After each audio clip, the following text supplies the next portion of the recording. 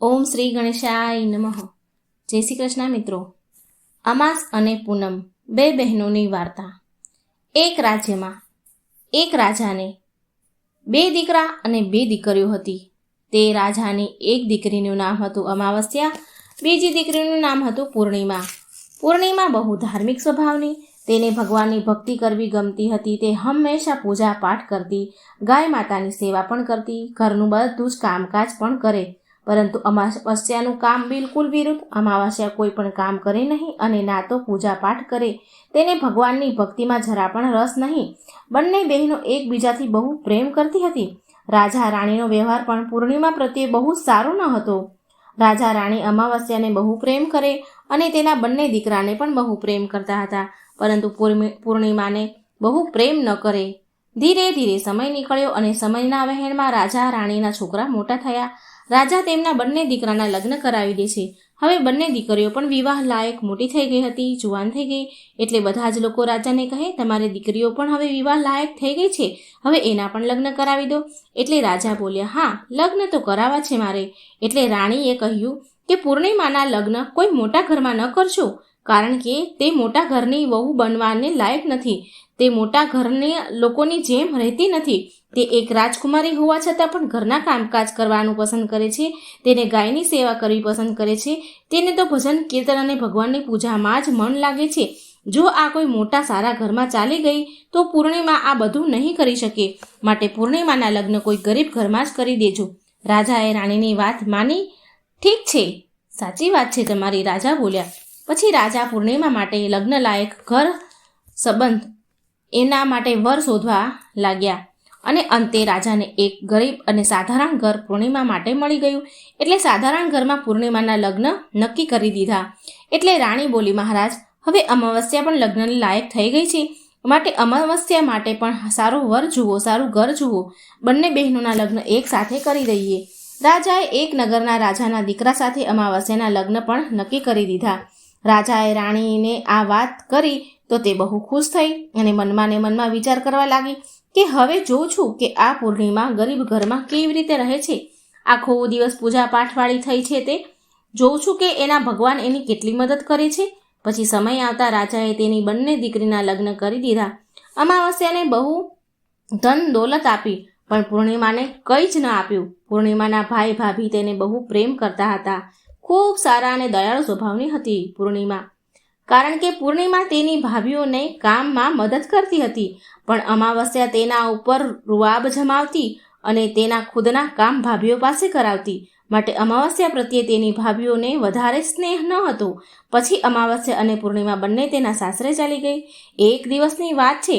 અમાવસ્યાએ તેના ઘરમાં શિવજીની પૂજા રખાવી તો બધાને જ બોલાવ્યા. તેના ઘરે પણ તેની બહેન પૂર્ણિમાને ન બોલાવી. બધા લોકોને આમંત્રિત કર્યા, માત્ર પૂર્ણિમાને જ આમંત્રિત ન કરી. પૂર્ણિમા તેના ઘરના ઓટલે બેઠી હતી તો ગામની સ્ત્રીઓ પૂર્ણિમાના ઘરે ઓટલા પર બેઠી જોઈ એટલે કહે છે કે તારી બહેન પૂર્ણિમાએ, તારી બહેન અમાવસ્યાએ તેના ઘરે ભગવાનની પૂજા પાઠ કરાવ્યા છે, તો શું તને નથી જવાનું? તને આમંત્રણ નથી આપ્યું? ગામના લોકો આવું કહે છે પૂર્ણિમાને. એટલે પૂર્ણિમા બોલી, ના બહેનો, હું નથી જવાની, કેમ કે મારી બહેને મને આમંત્રણ નથી આપ્યું, મને એના ઘરે પૂજામાં નથી બોલાવી, તો હું કેવી રીતે જાઉં? એટલે ગામની સ્ત્રીઓએ કહ્યું, ના બોલાવે તો શું થઈ ગયું? આ તો ભગવાનની પૂજાનું કામ છે, ન બોલાવે તો પણ જવું જોઈએ. તું ચાલ અમારી સાથે. હવે ગામની સ્ત્રીઓએ પૂર્ણિમાને જવા કહ્યું. એટલે ગામની સ્ત્રીઓની વાત માની પૂર્ણિમા શિવજીની પૂજામાં અમાવસ્યાના ઘરે ગઈ. વગર આમંત્રણે તેના ઘરે ચાલી ગઈ. જ્યારે અમાવસ્યાએ જોયું કે તેની બહેન પૂર્ણિમા આવી છે તેના ઘરે, તો તેને જોઈને બહુ ગુસ્સાથી બોલી, ખૂબ રૂઆબથી બોલી અમાવસ્યા કે મેં તને બોલાવી જ ન હતી, તો કેમ આવી ગઈ મારા ઘરે? હવે આવી જ ગઈ છે ને, તો ચૂપચાપ એક જગ્યા પર બેઠી રહે, આમ તેમ મારા મહેલમાં ફરતી નહીં.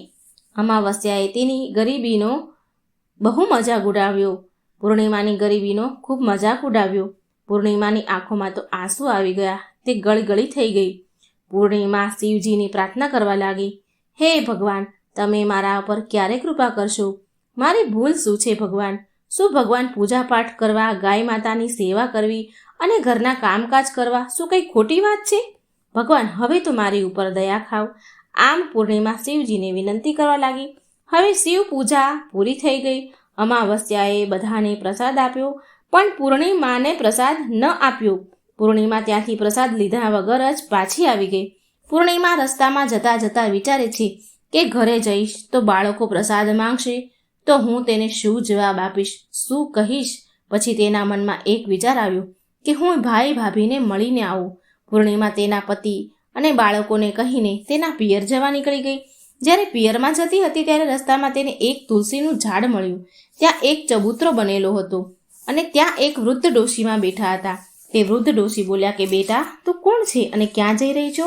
તો પૂર્ણિમાએ કહ્યું કે તેનો પરિચય આપ્યો અને કહ્યું, અને માજીએ કહ્યું કે બેટા જોને, આ મારો તુલસીનો છોડ તદ્દન સુકાઈ જઈ રહ્યો છે. આમાં થોડું પાણી નાખી દેને અને ચબૂતરો પણ ધોઈ દેને. બહુ ખરાબ થઈ ગયો છે, ચબૂતરો ગંદો થઈ ગયો છે, તો થોડી ઠંડક વળશે મને. મારાથી કામ નથી થતું.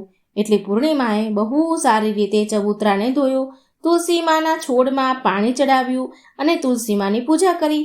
અને તેણે ડોશીમાને પણ ઘસીને સારી રીતે નવડાવ્યા. ખૂબ વૃદ્ધ સ્વરૂપમાં એ ડોશી હતા. પગ દબાવ્યા. પછી પૂર્ણિમા બોલી કે હે ડોશીમા, હવે તમારે કંઈ કામ હોય તો કહો, અને જો કામ ન હોય તો હું અહીંથી જાઉં છું. પછી ડોશીમા બોલ્યા કે ના બેટા, હવે મારે કંઈ કામ નથી, તું જા બેટા, હવે તું જા. ડોશીમાએ પૂર્ણિમાને આશીર્વાદ આપ્યા અને બોલ્યા કે બેટા, જ્યારે તારા પિયરથી પાછી આવને તો મને મળીને જજે. સારું કહીને પૂર્ણિમા આગળ ચાલી. ચાલતા ચાલતા આગળ તેને એક શંકર ભગવાનનું મંદિર મળ્યું. ત્યાં પણ એક ચબૂતરો હતો. ત્યાં ચબૂતરા પાસે એક વૃદ્ધ સાધુ બેઠા હતા. મિત્રો, એ બીજું કોઈ નહીં પણ ખૂબ સ્વયં ભગવાન શિવ પોતે જ હતા. પણ પૂર્ણિમા તેને ઓળખી ન શકી. વૃદ્ધ સાધુ એ બોલાવ્યું, તે પૂર્ણિમાને બોલાવી. વૃદ્ધ સાધુ બોલ્યા કે તું કોણ છે બેટા?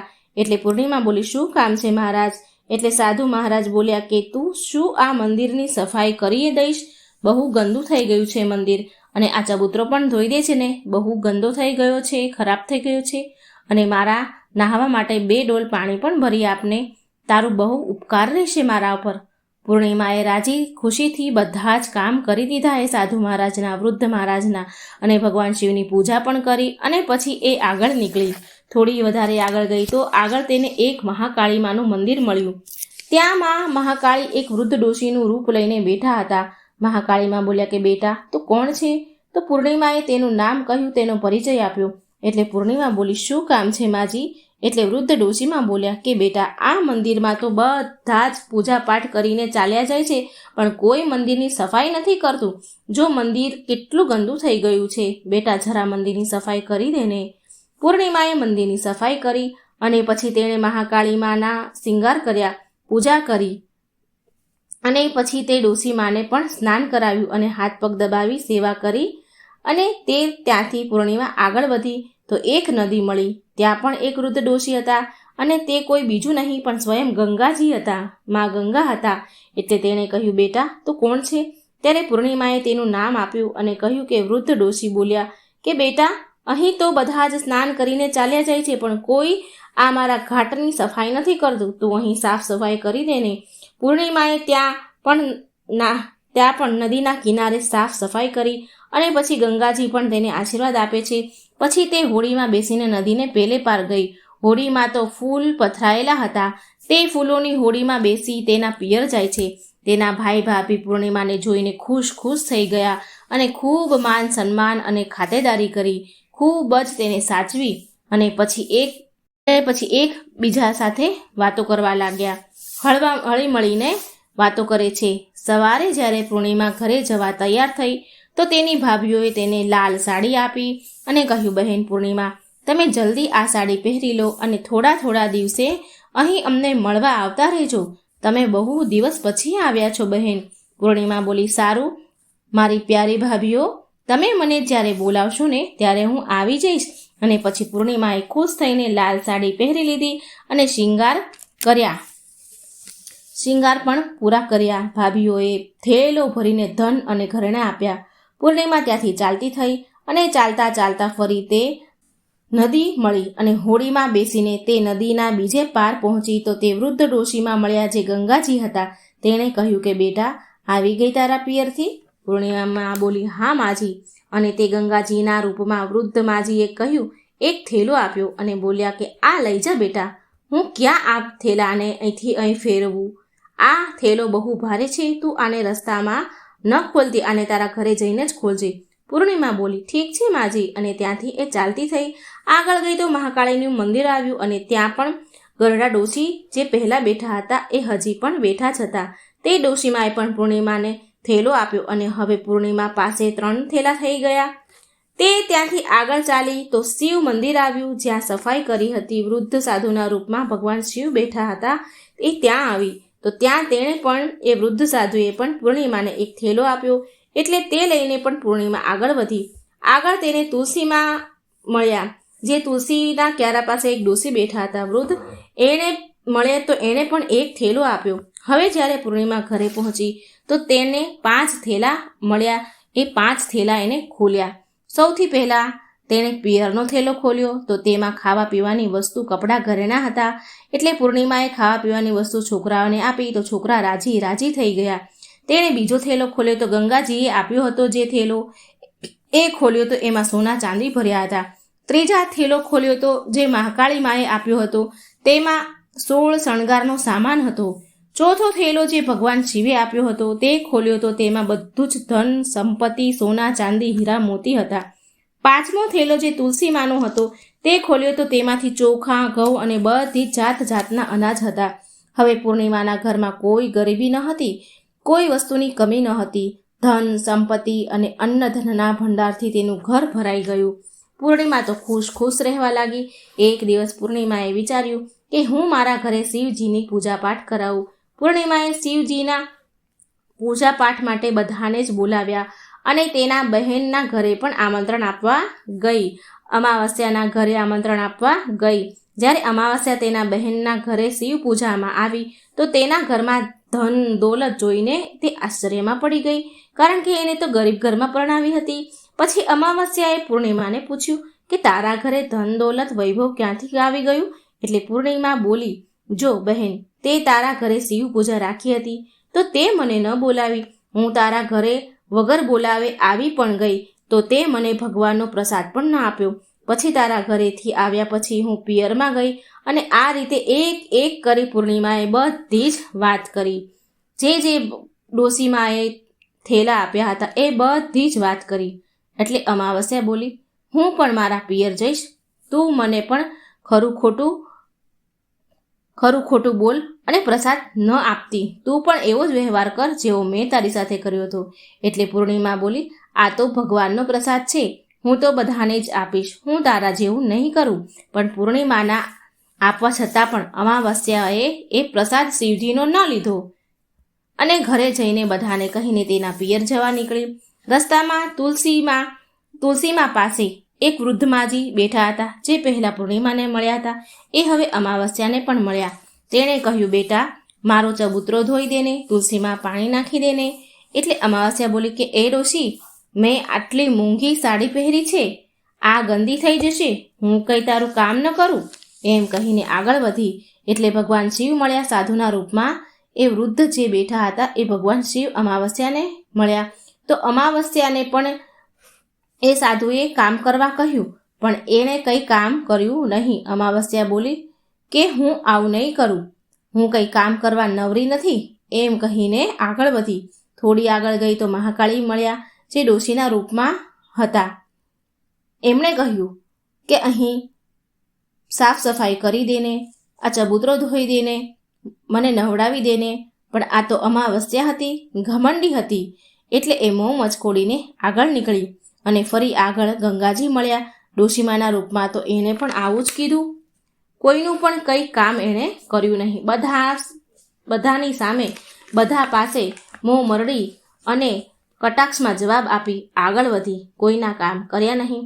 જ્યારે હોડીમાં બેઠી તો નદી પાર કરવા તો હોડીમાં કાંટા હતા. કાંટા તેના પગમાં વાગ્યા. તે તેના પિયર આવી અને તેને ભાભીઓએ જોઈ તો અમાવસ્યાને જોઈને તો મોઢું બગાડ્યું ભાભીઓએ અને બોલી, અરે આ ક્યાંથી આવી ગઈ? અરે પૂર્ણિમા પાસે તો કંઈ હતું નહીં, માટે તેને બધું જ આપ્યું, પણ આ અહીં કેમ આવી છે? ચાલો કંઈ વાંધો નહીં, હવે આવી જ ગઈ છે તો શું કરીએ? ભાભીઓ બોલી, અમાવસ્યાને આવો બેસો કીધું. અમાવસ્યા જમીને સૂઈ ગઈ. સવાર થઈ એટલે અમાવસ્યાની ભાભીને કહે છે અમાવસ્યા કે હું જાઉં છું. તો ભાભીઓ બોલી, સારું આવજો, બસ આટલું કહી દીધું, એને કંઈ આપ્યું નહીં. એટલે અમાવસ્યા બોલી, ભાભીઓ પૂર્ણિમાને તો તમે થેલો ભરી ભરીને સામાન આપ્યો હતો, મને કેમ કંઈ નહીં આપો? તો ભાભી બોલી, જાઓ તમે ઘરે અને તમારા ઘરે થેલો પહોંચાડી દઈશું, એવું ભાભીઓએ જવાબ આપ્યો. પછી અમાવસ્યા ચાલી એટલે આગળ જતા નદી પાર કરીને ગંગાજીને મળી. તો ગંગાજી બોલ્યા, બેટા આવી ગઈ? અમાવસ્યા બોલી, માજી તમે તો પૂર્ણિમાને થેલો ભરીને કંઈક આપ્યું હતું ને, મને નહીં આપો? એટલે માજી બોલ્યા, જા બેટા, હું તારા સામાન તારા ઘરે જ પહોંચાડી દઈશ. આવી જ રીતે ભગવાન શિવજીએ, મહાકાળી માએ અને જે તુલસી મા પાસે બેઠા હતા એણે પણ આવો જ જવાબ દીધો કે તું ઘરે જા, તારા ઘરે અમે પહોંચાડી દઈશું. જ્યારે તે ઘરે પહોંચી તો તેના આંગણામાં 5 થેલા પડ્યા હતા. જ્યારે અમાવસ્યા બધા થેલા ખોલે છે તો કોઈ થેલામાં માટી, કોઈનામાં પથ્થર, કોઈમાં સાપ, આવું બધું નીકળ્યું, કોઈમાં વીછી. તો અમાવસ્યાએ તેનું માથું પકડીને બેસી અને બોલી કે હે ભગવાન, મને તો પિયરમાંથી પણ કંઈ ન મળ્યું અને અહીં પણ કંઈ ન મળ્યું. અને અમાવસ્યા તો દોડીને પૂર્ણિમા પાસે જાય છે અને બોલી કે તને કેટલું બધું મળ્યું, મને તો કંઈ ન મળ્યું, તને બધું ધન દોલત બધું જ મળ્યું, હીરા મોતી બધું જ મળ્યું. તો પૂર્ણિમા બોલી, જ્યારે હું પિયર જાઉં છું તો ભાભીઓને મદદ કરું છું અને તે તો ભાભીને મદદ ક્યારેય કરી જ નથી, તો ભાભી તને શું કામ કંઈ આપે? ગંગા મૈયાને પણ તે ઠુકરાવી દીધા, તેનું કામ ન કર્યું. શિવજી, મહાકાળી અને તુલસીમાં આ બધાને પણ તે ઠોકર મારીને તું આગળ ચલી, માટે ભગવાને તને કંઈ ન આપ્યું. અમાવસ્યા બોલી, બહેન મને માફ કરી દે, મેં હંમેશા તારા ઉપર અત્યાચાર કર્યો છે, પણ એમાં મારો કોઈ વાંક ન હતો. મને પણ ભગવાનની ભક્તિ વિશે સમજાવ, એટલે હું પણ બધું જ મેળવીશ. તો પૂર્ણિમા બોલી, બહેન સાંભળ, 3 જ વાત જ્ઞાનની છે, એ હંમેશા યાદ રાખજે. પહેલી વાત છે કે બધા જ પર દયા રાખવી, બીજી વાત છે પૂજા પાઠ કરવા, ત્રીજી વાત છે 108 વાર ઓમ નમઃ શિવાયનો જાપ કરવો. બહેન, ભગવાને જે 3 સૂત્ર આપ્યા છે તેને પ્રસાદના રૂપમાં સ્વીકાર કરી લે, તેને હૃદયમાં વસાવી લે. મેં સાચા મનથી ભગવાનની પૂજા પાઠ કર્યા છે, બધાની મદદ કરી છે, બધાના કામ કર્યા છે, માટે મને બધું જ મળ્યું અને તારી પાસે જે હતું એ પણ ચાલ્યું ગયું. અમાવસ્યા તેના ઘરે આવી અને ખૂબ પૂજા પાઠ કરવા લાગી. ભગવાન શિવની પૂજા પાઠ કરે છે. તેણે તેણે ભગવાન શિવની માફી માંગી અને પછી ભગવાન શિવે એને માફ કરી દીધી અને પછી ભગવાનની ભક્તિ કરવા લાગી, એટલે એના ઘરમાં પણ બધું જ સારું થઈ ગયું. તો મિત્રો, આ અમાવસ્યા અને પૂર્ણિમાની વાર્તા હતી. તમને જો સારી લાગે, વિડીયો સારો લાગે તો લાઈક કરજો, શેર કરજો, કોમેન્ટ બોક્સમાં ભગવાનનું નામ પણ જરૂર લખજો. અને ભગવાનની આવી જ રસપ્રદ વાર્તાઓ સાંભળવા માટે મારી ચેનલને સબસ્ક્રાઈબ જરૂર કરજો. જય શ્રી કૃષ્ણ, રાધે રાધે, થેન્ક યુ.